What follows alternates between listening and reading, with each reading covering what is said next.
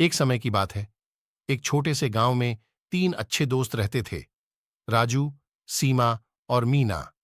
वे तीनों बहुत जिज्ञासु और साहसी थे। एक दिन गांव के बुजुर्ग ने उन्हें एक रहस्यमय जंगल के बारे में बताया जो गांव के पास था। उन्होंने कहा कि उस जंगल में एक गुप्त खजाना छुपा हुआ है, लेकिन वहां पहुंचने के लिए कई परीक्षाओं से गुजरना पड़ता है।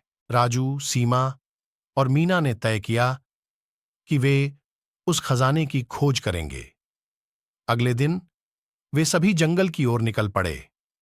जंगल में घुसते ही उन्होंने एक फटी पुरानी मानचित्र खोज निकाली।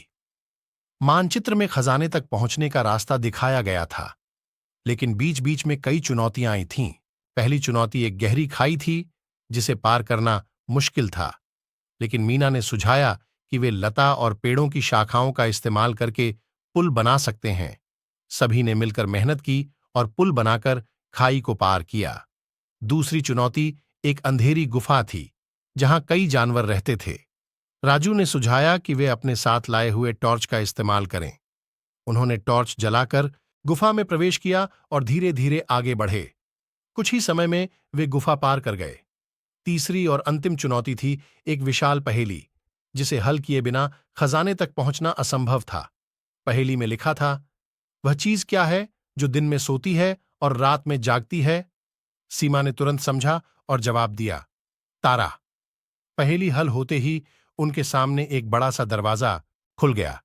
दरवाजे के पार उन्होंने खजाने का एक बड़ा सा संदूक देखा। संदूक खोलने पर उन्हें सोने चांदी के सिक्के और अनमोल रत्न मिले, लेकिन सबसे महत्वपूर्ण था एक पत्र, जिसमें लिखा था, इस खजाने की असली कीमत तुम्हारी मित्रता और साहस है।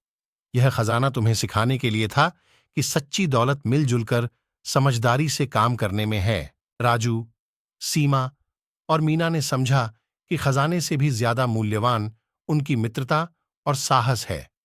वे सभी खजाने का एक हिस्सा गांव के विकास में लगाने का फैसला करते हैं, ताकि सभी को इसका लाभ मिल सके।